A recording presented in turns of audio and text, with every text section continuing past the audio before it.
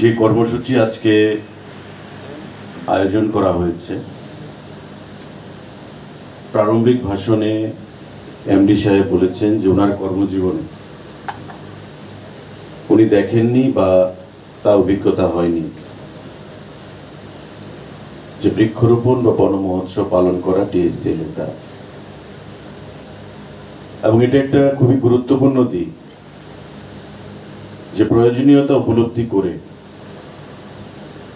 প্রধানমন্ত্রী ডাকে সাড়া দিয়ে, মাননীয় মুখ্যমন্ত্রী ডাকে সাড়া দিয়ে আমার আপনার সমাজের পরিবেশকে সুস্থ রাখার জন্য বন মহোৎসবের যে প্রয়োজনীয়তা সেটা উপলব্ধি করতে পেরেছে টিএসসিএল।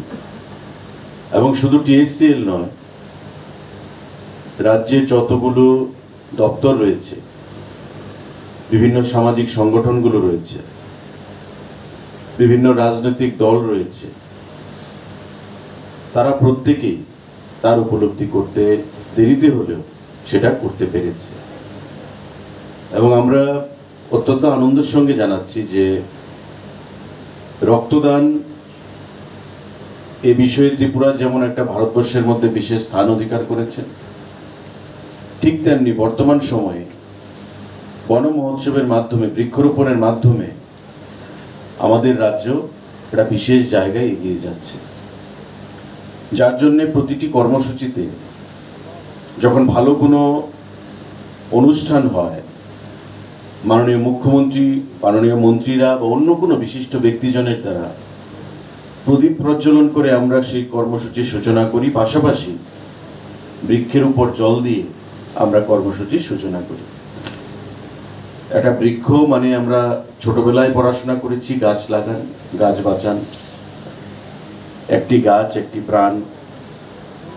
বিভিন্ন জায়গায় আমরা ওয়াল রাইটিংয়ে দেখতে পাই, বিভিন্ন দপ্তর থেকে আইসি অ্যাক্টিভিটিসের মাধ্যমে বৃক্ষরোপণ সম্পর্কে বিভিন্ন পাবলিসিটি করা হয়, কিন্তু তার যে রেসপন্স বিভিন্ন দপ্তর থেকে বা বিভিন্ন সংগঠন থেকে সেই জিনিসটা আমরা পাচ্ছিলাম না। কিন্তু মাননীয় প্রধানমন্ত্রী নরেন্দ্র মোদীজি উনি পরিষ্কার ভাষায় বলেছেন এবং সারা বিশ্বের মানুষের কাছে, সারা দেশের মানুষের কাছে উদাত্ত কণ্ঠে আহ্বান জানিয়েছেন যে এক পেড় মা কে নাম। কেন মা কে নাম বললেন? বাবার নামে কেন বললেন না?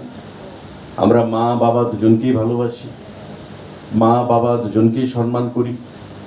তার অর্থ হচ্ছে, তার যথার্থতা বা তার মহত্ব হচ্ছে এই জায়গায় যে মা হচ্ছেন আমাদের জননী।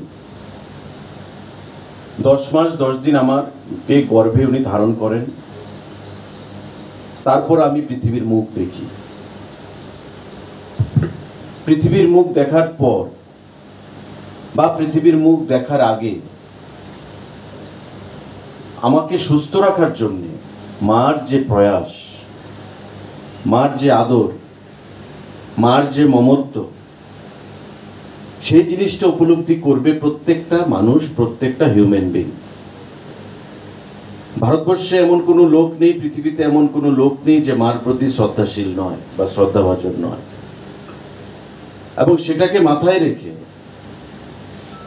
আমাদের 130 কোটি 40 কোটি দেশ ভারতবর্ষ, উনি যে আহ্বান রেখেছে সমস্ত রাজনীতির ঊর্ধ্বে উঠে মানুষ যদি এগিয়ে আসে এবং একটা বিশাল অংশের মানুষ যদি সেখানে এক পেড় মা কে নাম তাতে রেসপন্স করে যদি বৃক্ষরোপণ করে, তবে পরিবেশটাকে আমরা সুন্দর করতে পারবো। যারা মাকে সম্মান জানায়, মাকে যারা ভালোবাসে, স্বাভাবিকভাবেই মোদিজির কথায় সেখানে একটা গাছ লাগানোর জন্য এগিয়ে আসবে। আর একটা গাছ আমি যখন বৃক্ষরোপণ করলাম, শুধু বৃক্ষরোপণ করেই আমাকে ক্ষান্ত থাকলে চলবে না। যেটা আমার পূর্ববর্তী বক্তা শ্রীমতী মীনারানী সরকার বলে গেছেন যে আমাদের চোখের সামনে আমরা দেখি যে আমার হাতে তৈরি করা বা আমার হাতে লাগানো বৃক্ষটা, গাছটাকে সেখানে গরু, ছাগল বা বিভিন্ন গবাদি পশু খেয়ে ফেলছে, বা জল না পেয়ে সেটা মরে যাচ্ছে, অতি খরাতে সেটা ক্ষতিগ্রস্ত হচ্ছে।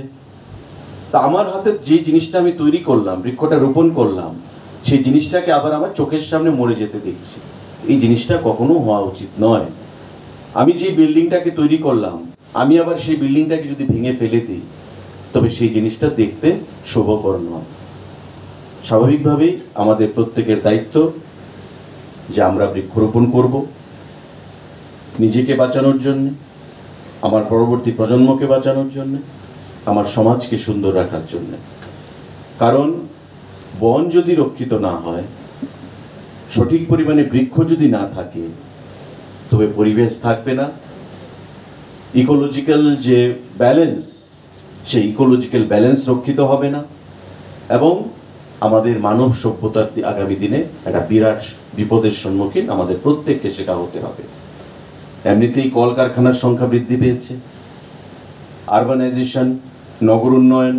আমাদের ত্রিপুরা রাজ্য আপনারা দেখবেন যে আজ থেকে 15 বছর আগে, 20 বছর আগে, 30 বছর আগে যে সমস্ত জায়গাগুলো জঙ্গল ছিল, বন ছিল, আজকে সেই জায়গাগুলোর মধ্যে আরবানাইজেশন হয়েছে।